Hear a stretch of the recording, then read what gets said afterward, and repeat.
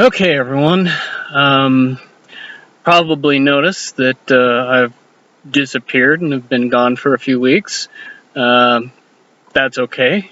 Things kind of worked out interesting, and now I kind of want to tell everybody about what's happening in my life, so that nobody worries, but also so everybody understands what's going on.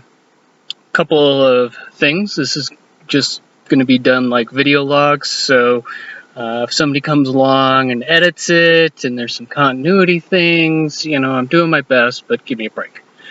Also, there's some things going on in the world that everybody should kind of understand. And I know there's been some interesting videos produced by Don Shipley and his minions about who and what I am, but that's going to be kind of one of the things that I want to address. So let's get into the important stuff. Let's see, where do I start?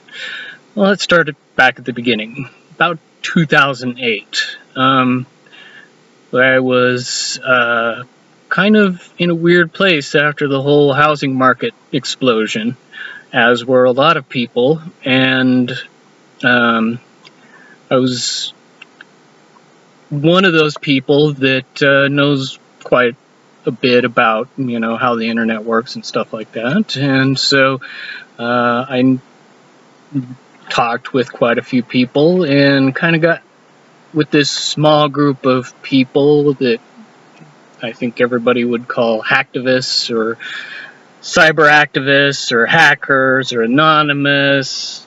I can explain all of that, but let's just say a group of people that, like to talk about big subjects and, sometimes get a little mischief to, get the real information that's out there. So did that, and it progressed and it progressed and it progressed, and everybody kind of knows that that's how Anonymous worked out. A bunch of these little groups get together and they all work together to do something. Anonymity is kind of huge, and so we use a piece of the internet called the dark web.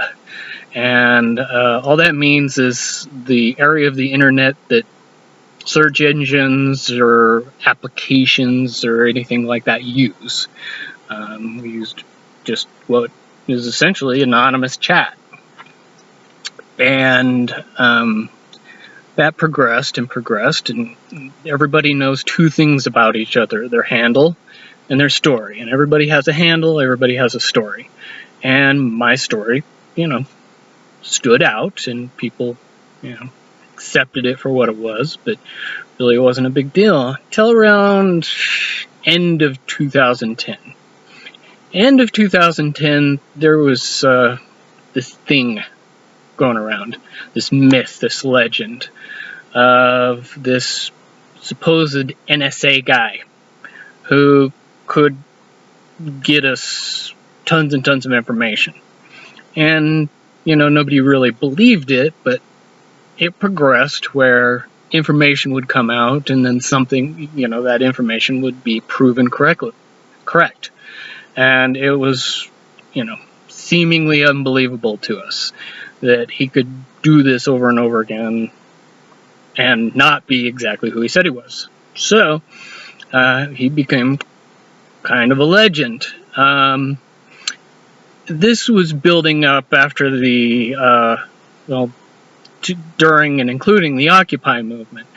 And, we learned a lot from the Occupy movement, especially about the intelligence world, not specifically the intelligence world, but how the intelligence world would be used to infiltrate and disinfo and just totally destroy these movements. So, it wasn't like in the 60s or 70s when people would get together and be able to, do this kind of stuff, because it would get stomped. And bear in mind, we're also very aware of the difference between the government intelligence services and private intelligence services. And, you know, a lot of other things that the tinfoil hat wearing crazies knew about. So, where we, didn't really believe everything that we heard, we tended to be the people that went out and got the information, so we knew what was really going on in the world. Not always by legal means, but that's neither here nor there. Rounding to, mid 2011, there was more talk about this legendary, NSA guy that was willing to help. And there was, more drive to, figure out what could be done. What's he going to get us? What is so important that, we couldn't otherwise just get it ourselves? And that's when things began to shuffle out that, we always understood that there was the elite of the world, the 1%, or of America, but, it's the world. America, Britain, they tend to be, the hot spots for the elite. But, you had the 1%ers.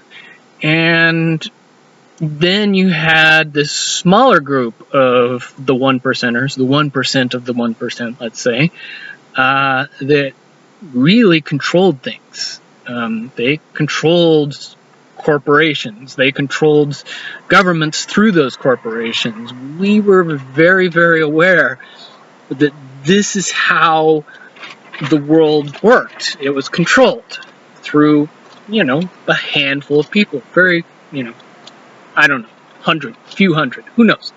But there was these group that knew exactly what was going on and controlled every aspect of corporations, controlled every aspect of the government through those corporations, and more evidence that we found, fed into this truth. But never was there any way to do anything about it. Occupy got crushed, and, not a lot of people were willing to put their butts on the line to find out that, all this was just bull. It was a pipe dream. So necessarily, this got pushed around and questioned. Eventually, there was enough proof or enough evidence, and that was weighed and measured against enough of the corporate control of government that people really wanted to do something about, that we decided to take it upon ourselves to all work together to do something.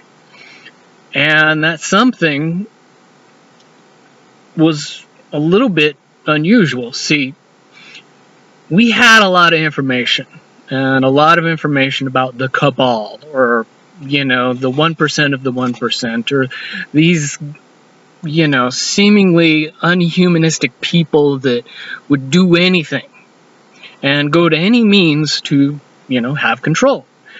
Be it financially, be it blackmail, what have you. Corruption, it was all out there. So we worked very, very hard to come up with a plan. And you got to understand, when you've got a bunch of little groups working together, and the people in those little groups are all anonymous to each other, there can, be a little bit of infighting and confusion. But it came down to what essentially was a vote. We would go all in to help this one guy who worked for the NSA to get us everything we needed. Now, everything we needed is a lot. is an enormous amount of information. We need all the intelligence we can get on the corporate world, on the world of the elites, on the blackmail list. You know, we don't really care about governments or anything like that because they're just pawns in all this. We want the real stuff, the corporate intelligence, the private sector intelligence that would help us understand how this cabal ran their empire. So it was decided that, you know, everybody would work together, and this NSA guy would get all the intelligence that we needed, but he needed something in return. It was basically put out that when things were busy, the first thing that went away is internal audits and internal supervision of these private sector companies. So the best way we could help is to make sure that the U.S. intelligence, well, government intelligence, not just U.S., world government intelligence and private intelligence sectors were all looking out. And that was very important to the plan, because as long as they were all looking out, they didn't have any time to look in. And in is where everything really, really, really important was happening. Of course, in my little group, it was devilishly devised that I could soak up a massive amount of intelligence assets if I was to use my story. Now, it's not crazy to believe that my story, while, you know, very true, wasn't really that big a deal.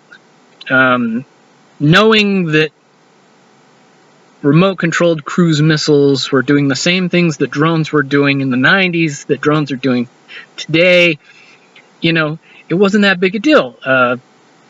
So, you know, I didn't know, but, you know, we did know that the whole fake Navy SEAL thing would play pretty well. And they would want to do a lot to discredit me. And so, you know, I kind of dipped my toes in the water in the legal world and fought around through in Las Vegas. But really, when it came time, you know, with a lot of help, we decided to kind of go all in.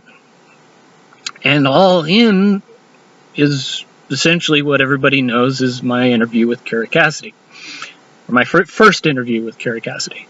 Now, you know, there's a lot to understand with how that all worked out, but essentially, you know, putting my story out there got a lot of people to kind of pay attention.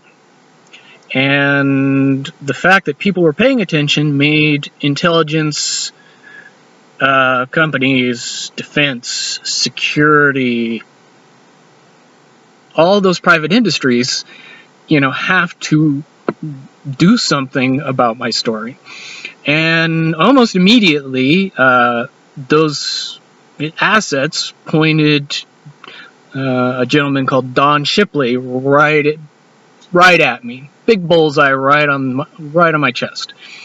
And if you understand that, you know, being completely humiliated, having the whole liar pedophile thing play out, you know, it wasn't a big deal. That's what they were going to use. And, you know, getting into this, I had a pretty good idea that I was, you know, painting a pretty huge target on my chest. Now, there is one thing that I kind of laid out in the beginning. I was like, I do not want to go to jail for this. I do not. So I told my story very, very specifically. So nothing could really come out, no violation of my confidentiality agreement, no Espionage Act, none of that would play. And so, you know, it kind of went pretty well. And while there was a huge disagreement about me getting involved with Eva Moore and her participation in it, you know, I'll talk more about that later, but it ended up being, you know, a pretty smart decision on my part. And that played out. We did some videos, I did a radio show, and there was a lot of work going on. You know, my group was just watching the intelligence world, you know, light up like a Christmas tree around me. And it was almost unbelievable, the number and amount of assets and intelligence that poured into what I was doing. And, you know, I was going head to head with, you know, some of the biggest corporations in the world. Intelligence-wise, defense contractor-wise, private security-wise, you know, everybody. This was, you know, this was playing out well, and everybody was super, super happy that so much was happening. Now, if you can remember in the 2012, early 2013 time, there was a lot of stuff going on. It wasn't just me.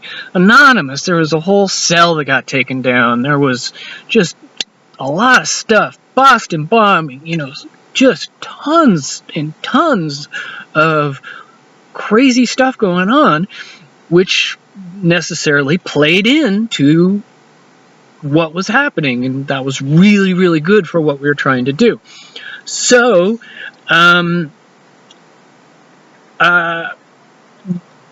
there came the day, I think it was May 2012, where, you know, I got an alert. I was told, dude, warrant for your arrest has been issued. You gotta bail. You gotta go. You gotta, you know, find someplace safe and get there. But there was an or, and that or was kind of a big deal, and it made me think. That or was that maximum you could do is 2.5 years in prison. It'd be fed, so, you know, no big deal. You'd have people watching out for you. I mean, the anonymous groups, you know, would make it worth your while. And you could draw this intelligence drain out for a really long time. But if you ran, you'd have to go silent, and you couldn't really, you know. But a court case, that would really drag things out. And so I made the decision to stand and fight. And really kind of, you know, keep all of the intelligence efforts in private industry pointed in my direction. And throughout my court case, I mean, just the most incredible stuff was going on. I'll talk about it later, but, you know, the details aren't important. Everybody knows how it turned out.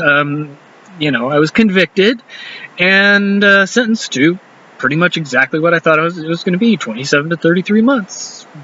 Right down the middle, 30 months. And, you know, I'd pretty much already done a year of that, so no big deal. And, you know, after sentencing, I was just kind of waiting to hear what happened. Now, you know, I knew what was going on the outside, and I knew that Don Shipley had done his video, and that I got crucified at the pre-release here, or the pre-sentence release hearing, and, you know, I understood that's the way it was going to go. I understood before the pre-sentence release hearing that that's what was going to happen. And there's a lot of details about that, and the trial, and the sentence, and everything else that I do want to talk about, but I don't want to do that now. I want to do that separate, because what we're really talking about was the misdirection that needed to play out. And so that misdirection continued to play out until I was transferred to the detention center, federal detention center at SeaTac, which is a city between Seattle and Tacoma, right by the airport. Anyway, a month or two after I was transferred to SeaTac, I'm watching the news, and lo and behold, this guy, Edward Snowden, releases all this information about, everybody, the U.S. and Britain basically spying on everyone, reading all the emails, listening to all the phone calls, and it was a huge deal. But see, it wasn't a huge deal to everybody else like it was to me, and I'm sure everybody else that, played in my world, because that was really, really important, and it was a big deal, but really, kind of played out. It's, people found out there was no, riots in the streets, there was no anger, there was no uprising, certainly even today, the government still spies on everybody as much as they did before and doesn't even apologize for it. But nobody really saw what actually happened. Probably this might even come as a shock to the private intelligence community too. See, what everybody saw was yet another misdirection. A misdirection for Snowden to get everybody to look over here, what the right hand is doing, and the left hand is doing something just a little bit different, but it's not important as the right hand.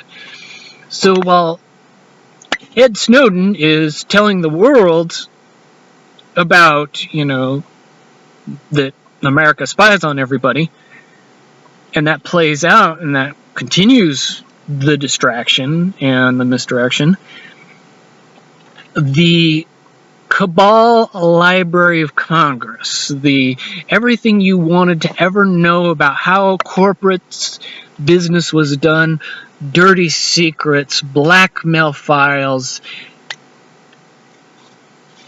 millions of files, and well over a terabyte of information. And a terabyte, it's, maybe hard for people to understand, but when you're talking about documents, I mean, it's a sea, it's an ocean of information. So I know that's what's happening, and so, it makes the year and a half, the time that I've got to do a CTAC, I'm pretty happy. I knew what I did mattered. And it would be great to know exactly what was happening, but shortly, or right after I was told about the arrest warrant, I cut communications. I was out. I had no idea how to get a hold of anybody except for the time when I got out and I got to a place where I could come in contact with them. And there's a very specific set of requirements that were necessary for that to happen. So, everybody needs to understand that while all this was happening, Eva played a very central role in all this, because she continued to soak up those intelligence assets right up until Snowden disappeared and went to Hong Kong and released all of his information, and just happened to end up in Russia, in the one country that couldn't be coerced or manipulated or blackmailed into giving him up. So Snowden's nice and safe in Russia, but he is also cut off. He is not in communication with any of his people. And, he's essentially kind of, in the same boat that everybody else is, either in prison or, in the Ecuadorian embassy or, hiding in internet. But nobody's really coming out anymore. Nobody's really doing anything important because they're so damn busy going through all this information and going through all these documents and kind of organizing all that information into what we now know to be a comprehensive map or information or however, everything you ever wanted to know about how the corporations of the world were working and who they were working with and how they got people to work with them, how they made their money and how they financed and how they got people to cooperate. I mean, just everything.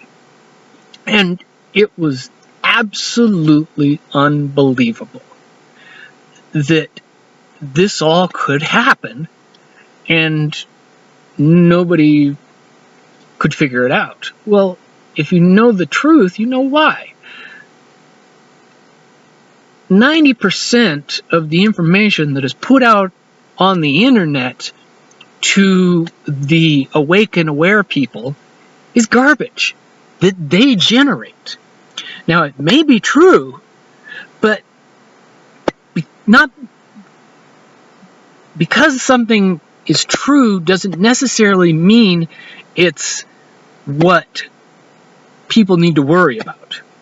And they were very good at using their intelligence community to keep the people that paid attention and would make a difference in the world distracted and always moving from one to another to another. Now, I will tell you this beyond a shadow of a doubt.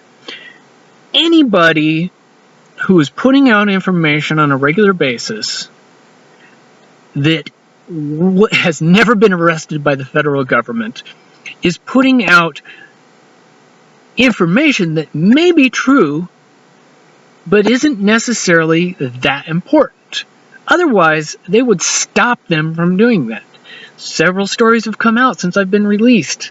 Scott Bennett, one of the best examples of somebody who was putting out good information. He was talking about how he had the information that corporations, primarily U.S. corporations, were financing terrorism. I mean, that should be a big deal, but of course, it doesn't ever get to the news that way. This information never gets out. People like Scott Bennett are federally indicted and charged. I can't remember the name of the guy that he found while he was in prison, but this is all very pertinent and very real, apparently, in the big picture. Because if you can see in the big picture that the terrorism is being financed by U.S. corporations, then you can start to see the pieces move around. And you can see how all of this money that is being spent to the tune of $18+ trillion of U.S. debt isn't necessarily being used to combat something that the private corporations that make their money on government contracts are creating and then moving around till it gets to the terrorist world. And there's, it isn't like, Blackwater's paying out. No, it's a very sophisticated, very detailed, very hard to understand plan. But it is, in fact, exactly what's happening. Since the 1980s, during the Soviet-Afghan War, the U.S. has been responsible for creating terrorism ever since. And every conflict, every situation where the U.S. had to get involved ended up being something that you can easily see how the U.S. created it. Osama bin Laden worked for the CIA during the Soviet-Afghan War. He was a leader. They trained him and his people to fight the Soviets, and then gave them weapons. And that has been happening ever since. And that is just one piece of the puzzle.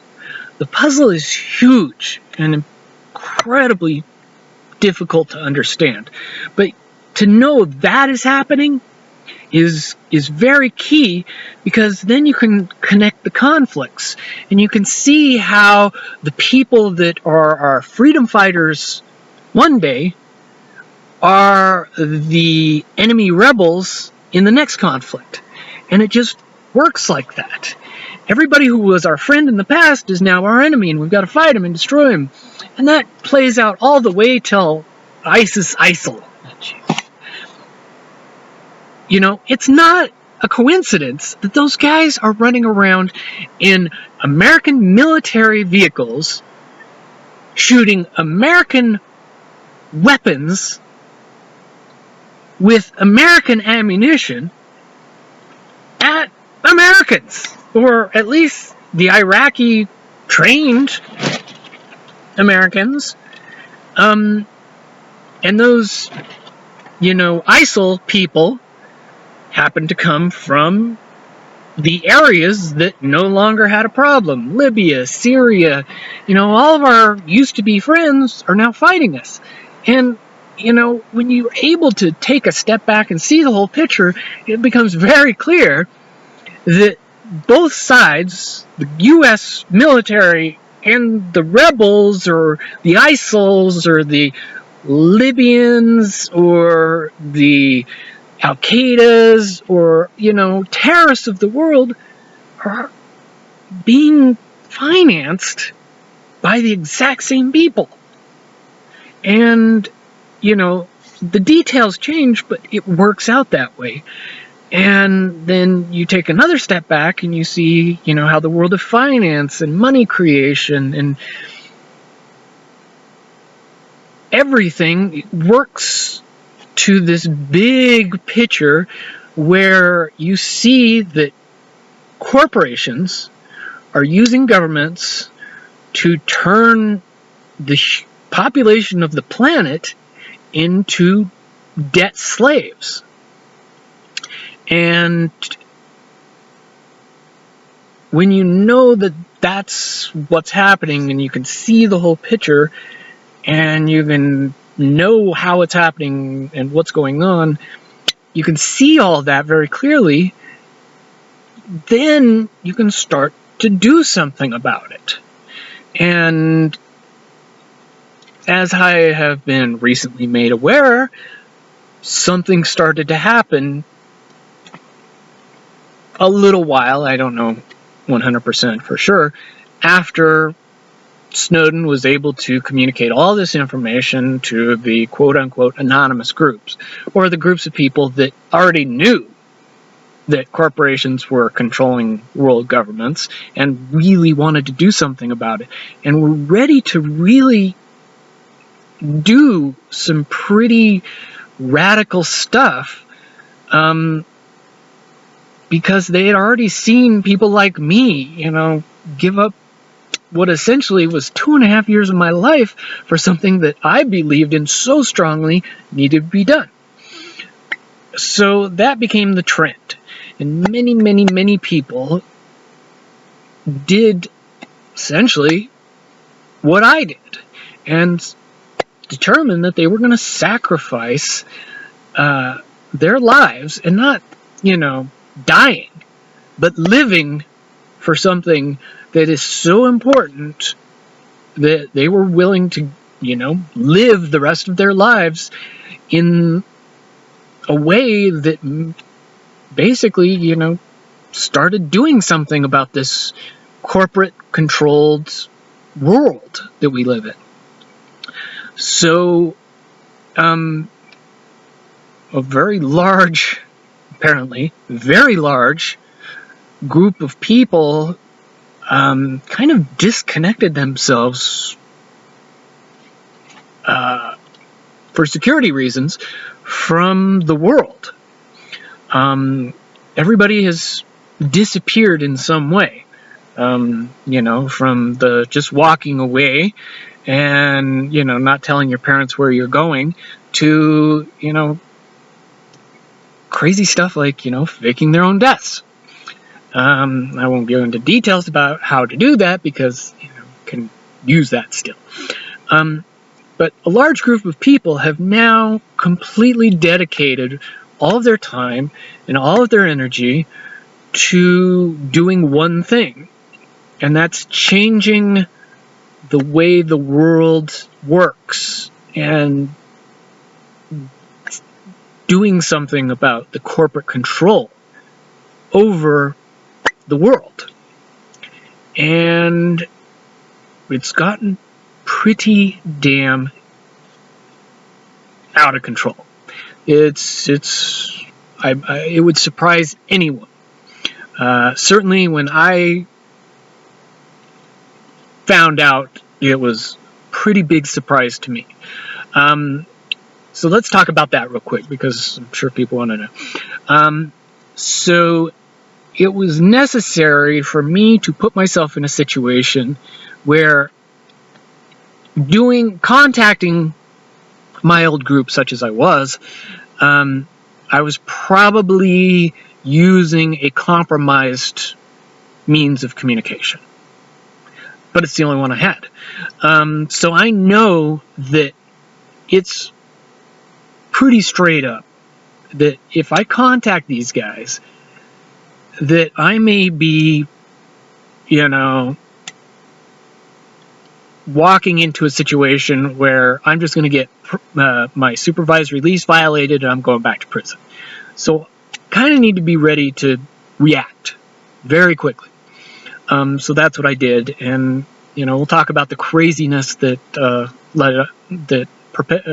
precipitated all that later, and, you know, detailed explanations and all that.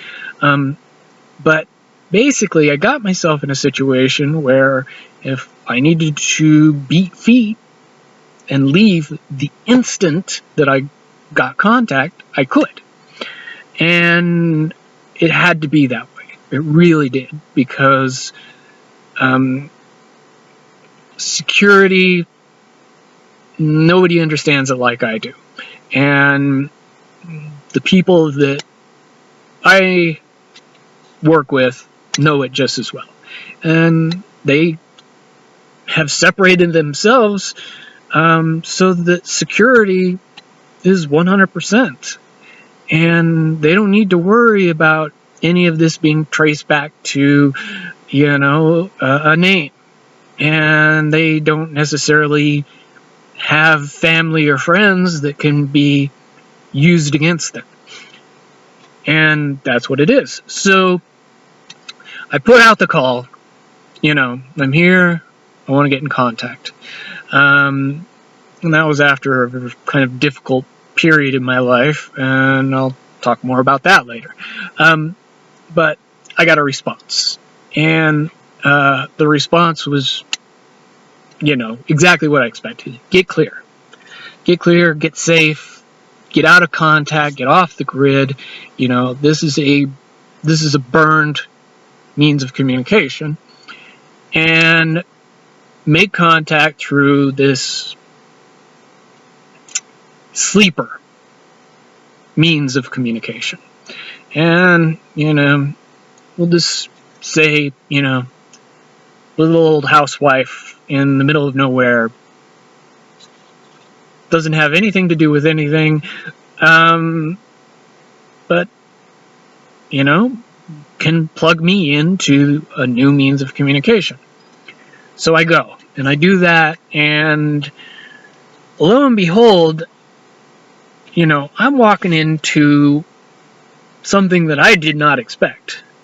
I was eventually met and brought in and debriefed and advised and educated about everything that had happened since I was cut off from communications. And I still am, utterly amazed at how all this worked, and that it worked, and that this has turned into something beyond imagination. There is something out there so big and so secret that nobody knows about it. And it has been working to change the way the world works. It is disrupting corporate control over humanity through governments. And it is a pretty slick operation, I'm just going to say. So I don't really know how it all started, so I'm just going to give everybody kind of like a hypothetical, how I see it in my head example of the way it kind of began. So people got together, people started disconnecting from society and information and banding together, protecting each other, and then one day, you know, they say, okay, well, what do we need first? Well, first thing we need our own private intelligence company. We need to, you know, infiltrate. So we'll look through all these files. Now, there's Mr. Brown. Mr. Brown is perfect. He is mid-level, you know, somewhere between elite and cabal. Certainly well off and well connected and well protected and knows everything, but isn't necessarily the deep, dark psychos that the cabal are. And so we look at his file, and he's quite well compromised. He would go to jail for the rest of his life if this information ever made it to a U.S. attorney that dared to indict him. So a couple guys go to Mr. Brown's office and say, Mr. Brown, hello, what can I do for you? We want you to look at this. And they hand Mr. Brown the file, and Mr. Brown, you know, goes pale and starts cold sweats and goes, how did you get this? Doesn't matter how we got it, Mr. Brown. It only matters that we have it. And so Mr. Brown says, okay, well, you know, what do you want? Do you want money? What do you want? Because this is obviously blackmail. Oh, no, Mr. Brown, we're not asking for anything like that. We only want you to create a private intelligence company. I don't understand. We want you to create a company whose business is private intelligence.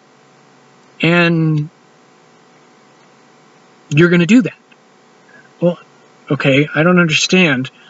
You know, how's it all going to work? So, you know, we go through the details until we get to how it's going to be funded. And we drop a number on him, and he's like, there is no way I have that kind of money. I can't, there's no way. Even if I wanted to. I'm leveraged out. Everybody is. There's no way I could give you that kind of money. And so Mr. Brown gets handed another piece of paper. He says, do you know these gentlemen? Well, yes. But they would never help you. And Mr. Brown is informed that that's exactly what they told us about him. And so Mr. Brown is now very aware that those people will fund the company. Now, Mr. Brown has created a private intelligence company that is well funded and has a very competent staff that has an enormous amount of experience on how to run private intelligence. And this operation begins to run. Now, what you need to understand about the private intelligence sector is that they aren't necessarily dealing with, you know, CIA knock lists and world secrets and, you know, really important shit. They're more interested in spying on each other. The elites, and knowing everything that's happening, knowing everything in corporations that are happening, you know, knowing secrets, knowing ahead of time, everything, they want to be informed. Which is necessarily why this NSA listens to everybody's phone calls, reads everybody's emails, information is important. So now we're plugged into this world through this, you know, confirmed, you know, good guy elite. And gaining intelligence all over the place, and everything's working, and like, not, details aren't important, but it's clicking along. Now, at this point, people are probably going, okay, this is great, and I really, really, really want to believe this, but you could just be making all this shit up. You are the pedophile liar, by the way, so we don't need to necessarily listen to what you have to say. Okay, and I accept that, and I was kind of doing the exact same thing when I was being told what was going on and why I would be doing everything that I'm going to be doing next. So what if there was some proof that this was happening? What if there was some undeniable evidence in the world that proved that all this was happening? That'd be big. So let's get into that. Year and a half right after all this happened, maybe less than a year, I don't know. I think everybody remembers that there was this rash of corporate suicides and deaths. A lot of people were seemingly committing suicide. And, this raised an uproar in the Awake and Aware crowd because nobody believed it was suicides. Well, I'm here to tell you that for the most part, just people killing themselves. Back during the recruitment phase of this operation, it was a little bit rough around the edges. And the people that were doubling all of these elite people and getting them to work for or with us instead of the old ways were seeing themselves between a rock and a hard place, and instead of waiting for somebody to knock them off, they committed suicide. I'm going to tell you right now, most people in the elite world, the 1%ers, have some skeletons in their closets that would shock and terrify damn near everybody in the world. And that is significant because what you have to understand is that when there was a big mass arrest thing right before I got arrested. And the mass arrests, and we're going to arrest everybody that's done something wrong. Well, I'm going to tell you right now that if we cleaned out every prison in the world, it would not be enough room to put the people who deserved life in prison away. We are talking millions of people that have, mostly around finance, but, there's some other stuff, sexual stuff, that would really upset people. And that is what is being used against them to control them and gain their cooperation to do all of the things that they do. So what you're looking at is, in a world, well, you've got to know spycraft. An agent or an asset that is being blackmailed into doing something is very, very susceptible to being flipped and used as a double agent if they're given an opportunity to redeem themselves morally. And that's what's happening. And it's happened on an epic scale. A huge number of people that are considered elite and, trusted by the cabal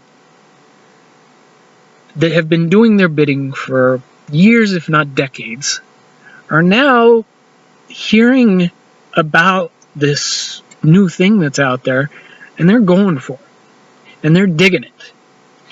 And it's gotten to the point where a massive operation that I can tell you about has occurred and is working. And that is oil. Now, oil was chosen mostly because it's a big deal, because it's holding back an important piece of information, which is we don't need fossil fuels. We should have been fossil fuel free a decade ago, probably more. But because it's a non-renewable resource and it can be used to keep the debt slaves working for nothing, that it's a big deal. And plus, without fossil fuels, we got a cleaner environment. Financially, it's part of the economy. It's a big step. So being able to get control of the fossil fuels industry and systematically tear it apart from the inside would be a great first step. So I need to kind of take some time to educate you first on how money works, how commodities work, and the difference between different types of oil. So the first thing you need to understand is finance. Now, in the world of finance, it's an interesting thing, because everybody knows if you have this much asset, you can borrow this much money. And if you increase your assets, you can increase your borrowing. That makes sense. Most people are aware of fractional reserve lending that the banks use, which enables them to leverage 10 times the assets that they have, or they can loan 10 times as much money as they actually have in reserve. And that's essential because we're talking the big banks are really, responsible for $90, $100 a barrel oil. What they have done is used borrowed money to drive the price of oil up.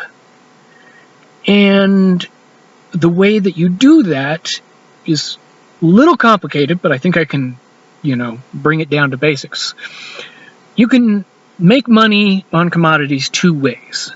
You can buy a commodity, and when the price goes up, you can sell it and make money. But there's also this other way of buying a future. Something, oil that hasn't even been pulled out of the ground yet. And leverage, and you can buy futures with borrowed money. Can't necessarily do it with commodities. And by using these futures, what you're doing is you're betting that the price of oil is going to go up.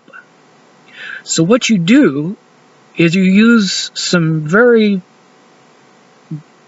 wonderful economic formulas made by Nobel Prize winning mathematicians that tell you, if I want oil to go up this much, I need this much oil, I need this much action in oil, I need this many people or this much money spent. And by knowing that, you know how to bet. You know how high oil is going to go because you know how much money you're going to spend, or your group is going to spend, or you're going to get people to spend to make that oil go up. So the first thing you do is you bet the oil is going to go up to this number. Once you do that, you've got all this leveraged money that is now betting that oil is going to go up to this price. And if it goes up from this price, you can buy it from the price that it is now and sell it for the price that it will be once you make your bet. It's a little more complicated than that, but essentially. Then you take your real money and you buy a bunch of oil. Well, buying oil drives up the price of oil. So you buy oil until you make your bet, and then you go collect. Now, with your borrowed money, you're getting back real money or hard assets. Then you can again turn around and use as leverage to do this over and over and over and over again to drive the price up. And that's significant because once you understand that, you realize that nothing is propping up the price of oil except for leverage money or debt money or money that doesn't really exist, that never really existed. It was all borrowed. And all the money that you put up initially to drive the price up is gone. You've put it away. You've taken it out. And so knowing that oil is at $90, $100 a barrel because somebody leveraged their way up to that is significant. And it's also significant to know why. Oil, to maximize profits, needs to be as high as possible. But there's different types of oil, and this is another thing that we need to talk about. The Middle East, Russia, pretty much most people, most areas of the world have oil that is easy to get out of the ground. It's in one big pond of oil under the earth, and they can just suck as much out as they want. That oil, you can make money if oil sells for $30 a barrel. Then you have this other type of oil, and it's called shale oil. And the reason it's called shale oil is because you have to do something more to get it out of the ground. Everybody knows what that is, but they don't necessarily connect the two dots. It's fracking. You've got to go and you've got to drill a hole and then turn the bit sideways and drill it way far sideways and then pressurize that hole and fracture the shale that is holding all these little deposits of oil and natural gas and, then pump it out. And that oil costs about twice as much. You need to make about $60 a barrel to make that profitable.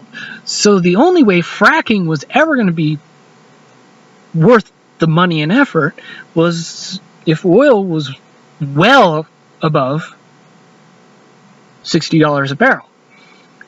And so that's what happened. And all these fracking companies went berserk. The Dakotas, Wyoming, Montana, Canada, even into Pennsylvania, but they're having a tough time over there, have been going nuts. They've been fracking everywhere, cracking this shale plate and getting the oil out as fast as they can. And that has significantly changed the market because most of the countries that have this easy access to oil, this $30 a barrel oil, are running out. Like less than 20% of what they originally had is what's left.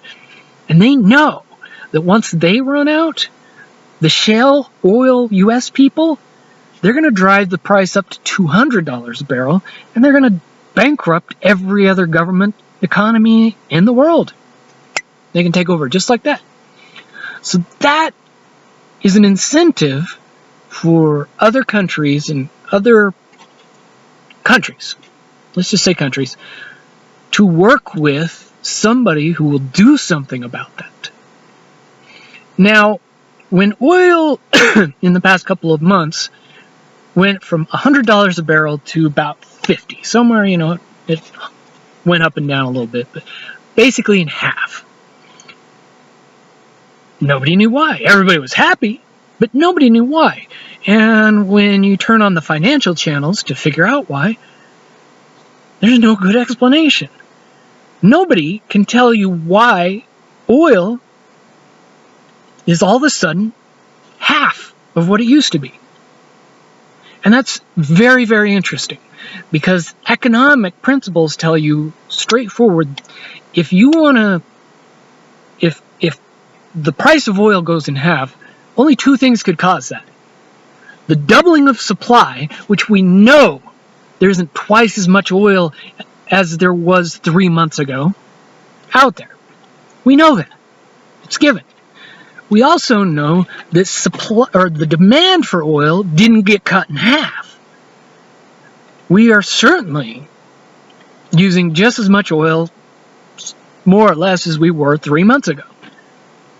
So there is no reason that anybody can tell anybody why oil is cut in half.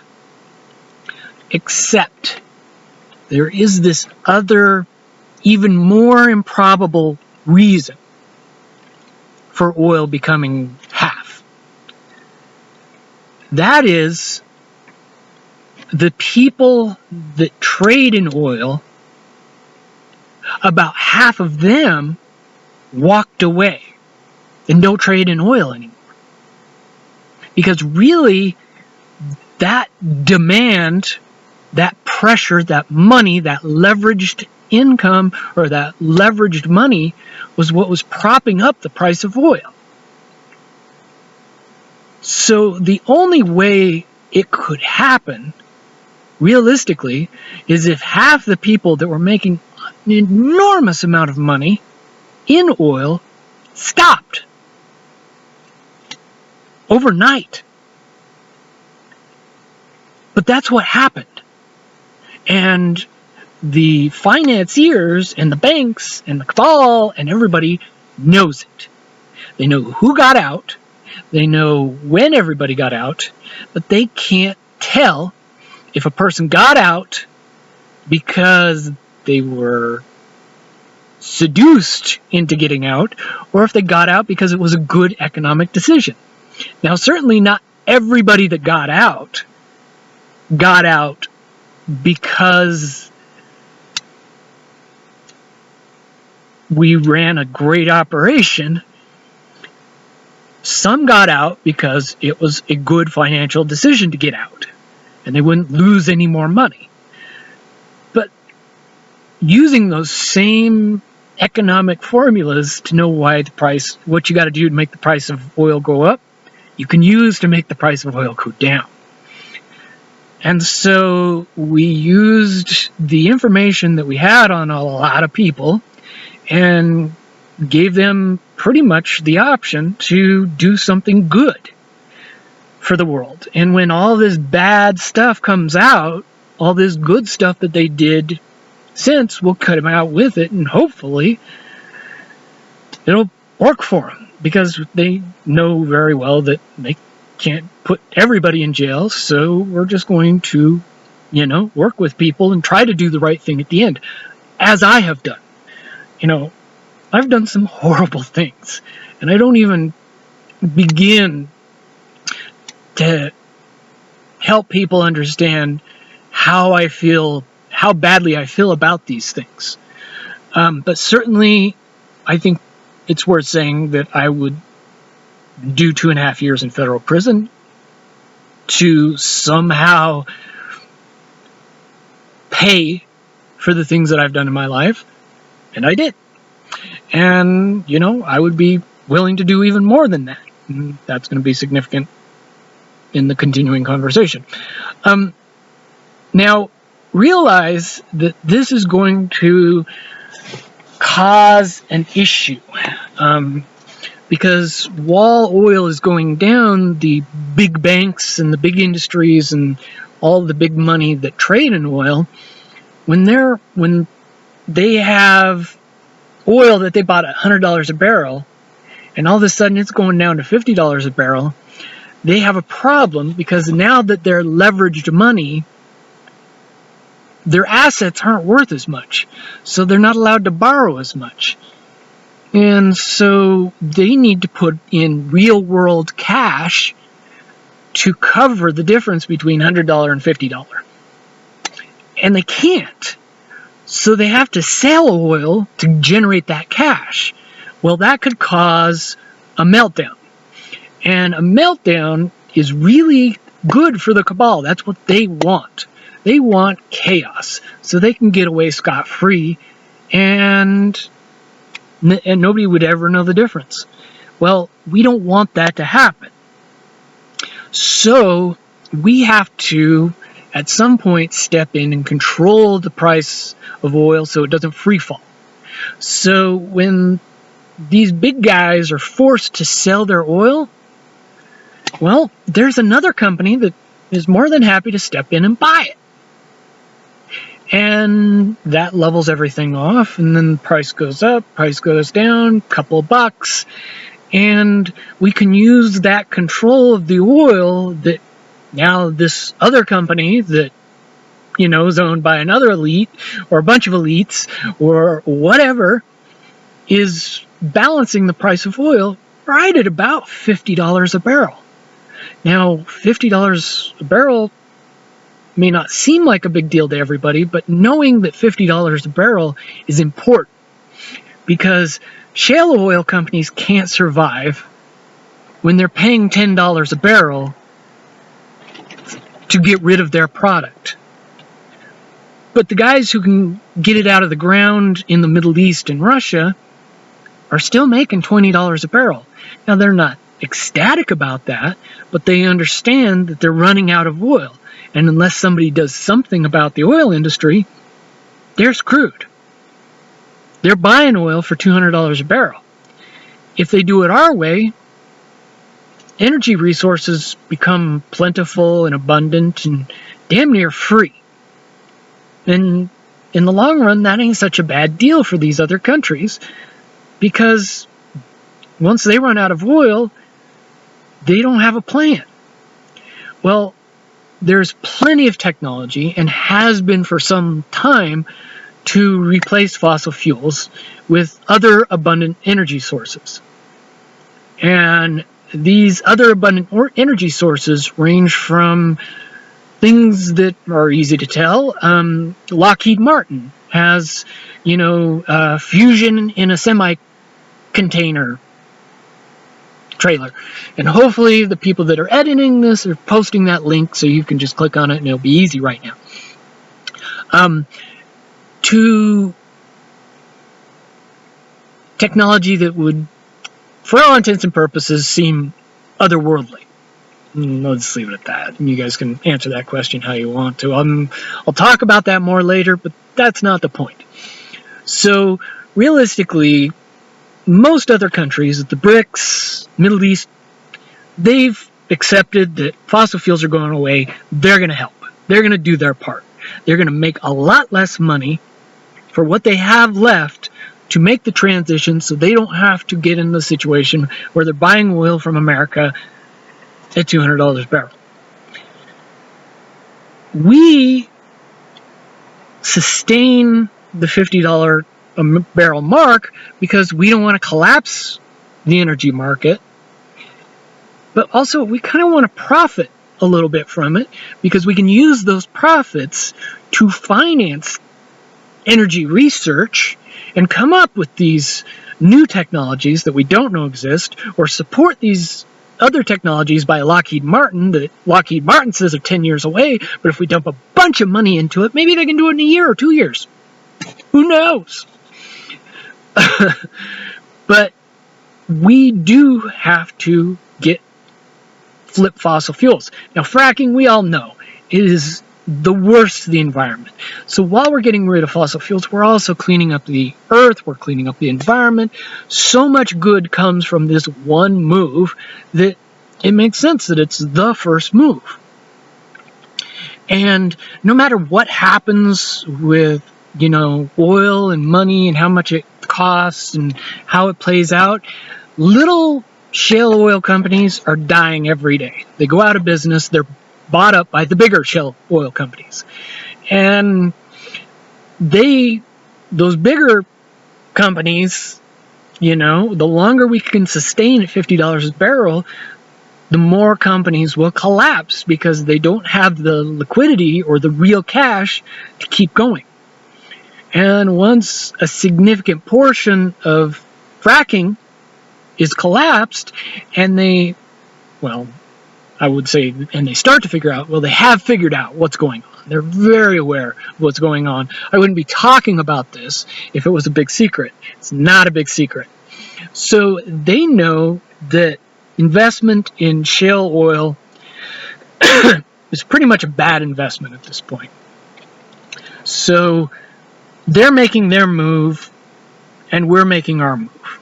And we're going to do something else next, and that's coming. And I'm going to be part of that, and I'm pretty excited. But what everybody needs to understand and necessarily needs to know is, if you remember my first video, you need to really pay attention to that first video, those first 3 videos actually, about some of the things that I said. Because I made a very concrete statement in that this was a chess game. And in this chess game,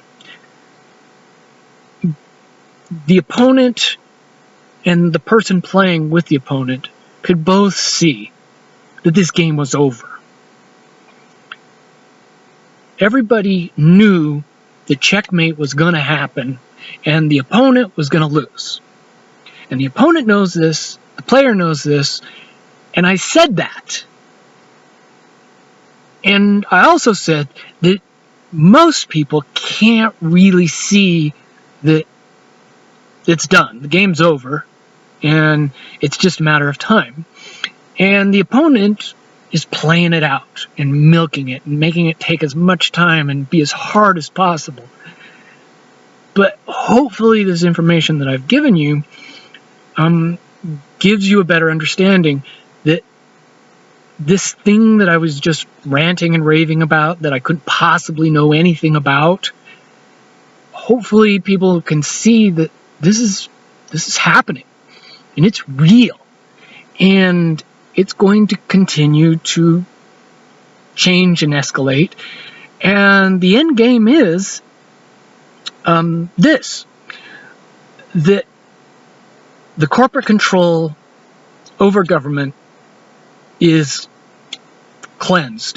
The power of government is given back to the people. Corporations work in the best interest of their employees and their consumers, and that governments focus more about taking care of their population that they govern instead of supporting the corporations that influence them.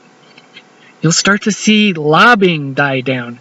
You'll start to see representatives in government working for the best interest of their constituents instead of doing everything seemingly outside the best interest of their constituents. But the thing to know is that as this happens, the everyday person, the guy on the street that, just 9 to 5 or doesn't really care, doesn't spend a lot of time on the internet, not a tinfoil hat wearing kind of guy, this all happens very matter of fact. And it's smooth. And nobody really knows why or how it happened. That's the goal. Why? It's very easy. Before Edward Snowden came out, only the tinfoil hat wearing crowd were very sure the government read all their communications. You had to be crazy to think this. Until Snowden came out, and then overnight, everybody accepted that the government read all your communications. So from one day to the next, we went from the tinfoil hat wearing crazies believing something to everybody believing in something. And the only reason that transition happened the way it did was because the tinfoil hat crazies kind of got the 9-to-5 or normal people aware of the idea.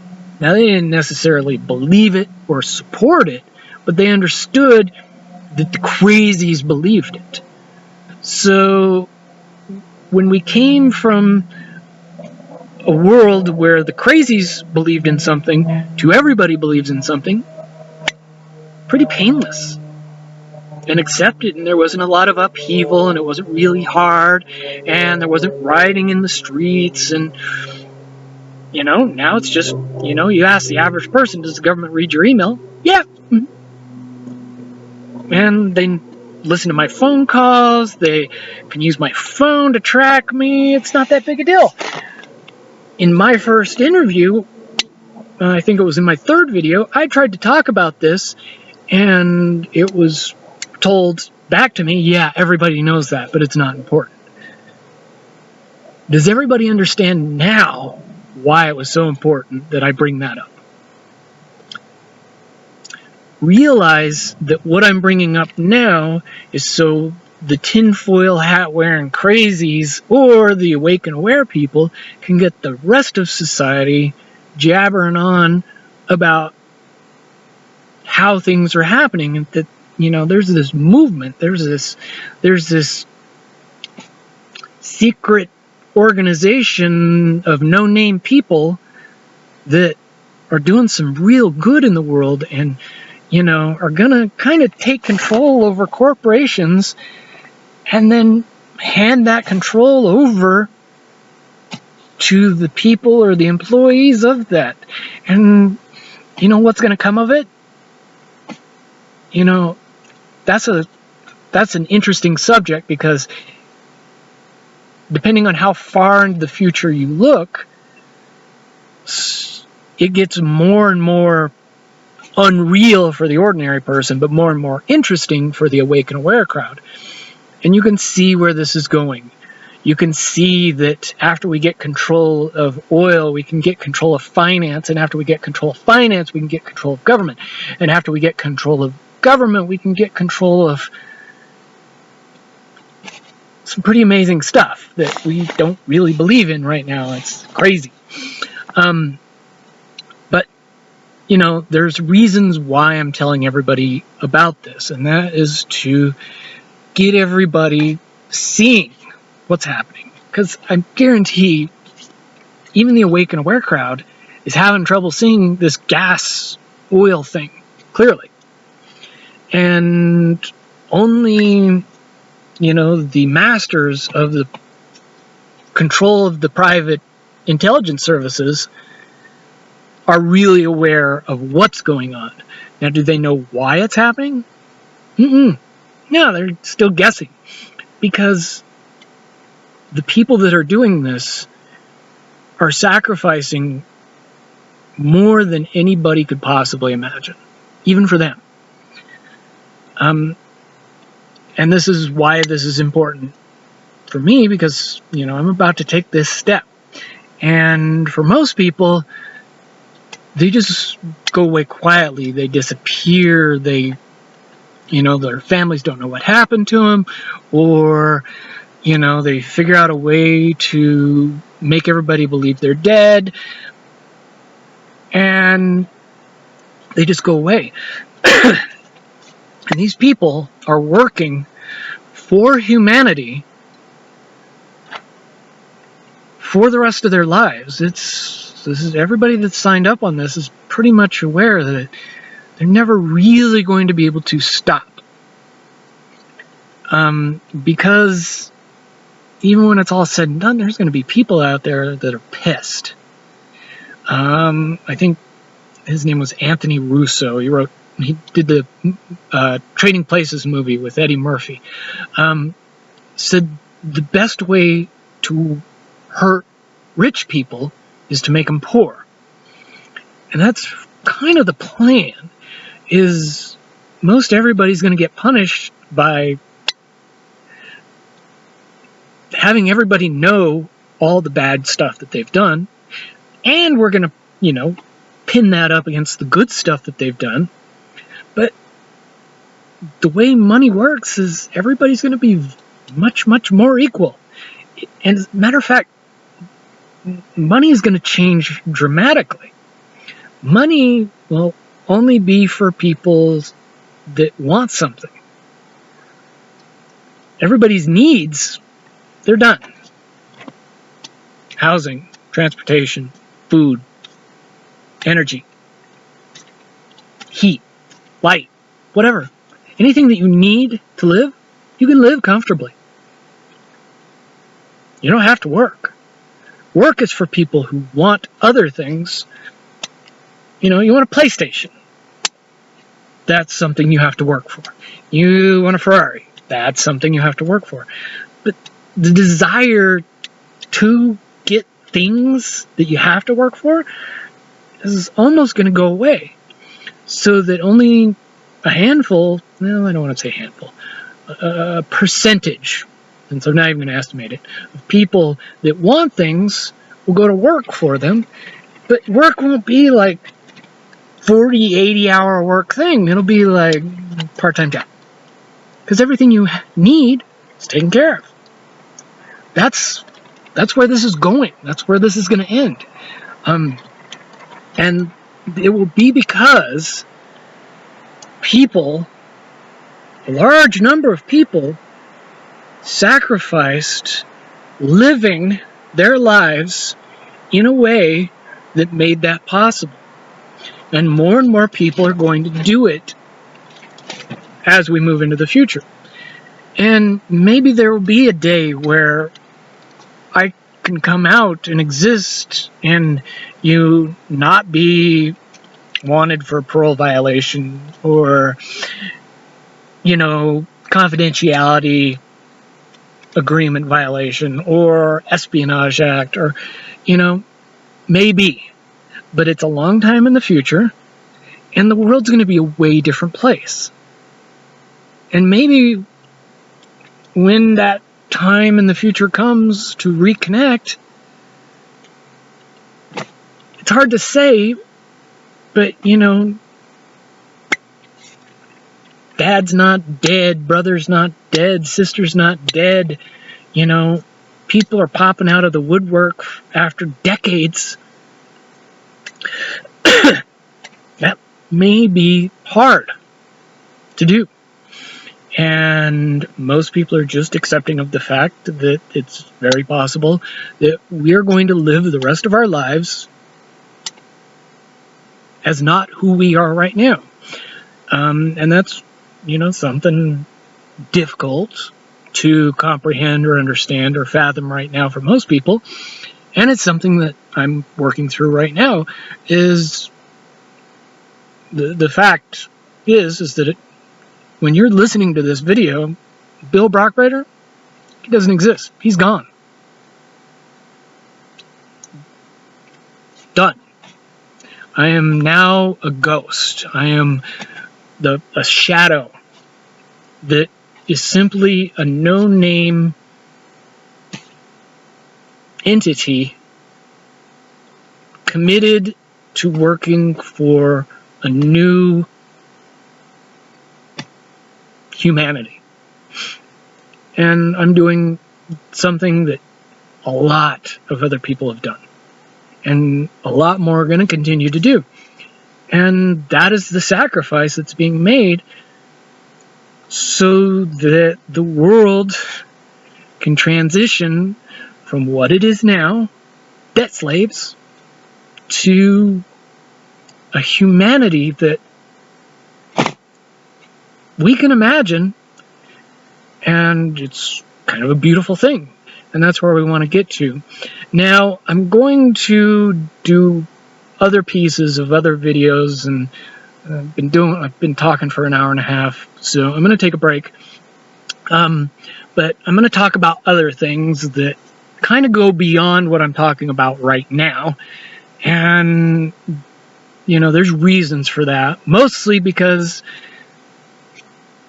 the normal people need to be able to say, that guy's crazy, and I'm not going to listen to him. They're going to hear what I say, they're going to pay attention, believing in it, and they need to not believe right now. It needs to be something that, is in the back of their mind until the proof comes. And then when the proof comes, it'll be easy for them to flip the page and accept. Government listens to all of my conversations from government. There's no way government would do that overnight. So we're going to get into some pretty radical things. They're very real. And I'm also going to talk about my court and what happened and some of the details that Don Shipley maybe didn't talk to you about in his videos to turn me into the lying pedophile that most people believe that I am. And so I'm going to take a break, and we'll do this some more moving forward and continue on.